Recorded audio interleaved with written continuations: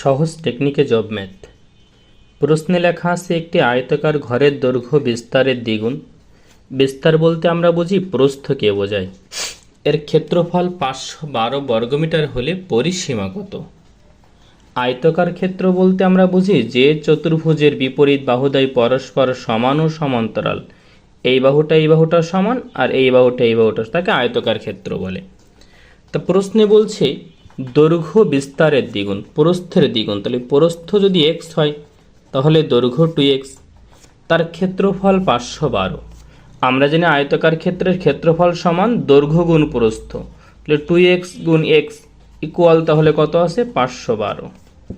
2s square equal 512, s square এই দিলাম দুইটা ভাগ হয়ে যায় 512/2, s square equal 256, x equal 16। তাহলে প্রস্থের মান আসছে 16, তাহলে দৈর্ঘ্য 16 দুগুণী 32। প্রশ্নে বলছে পরিসীমা কত?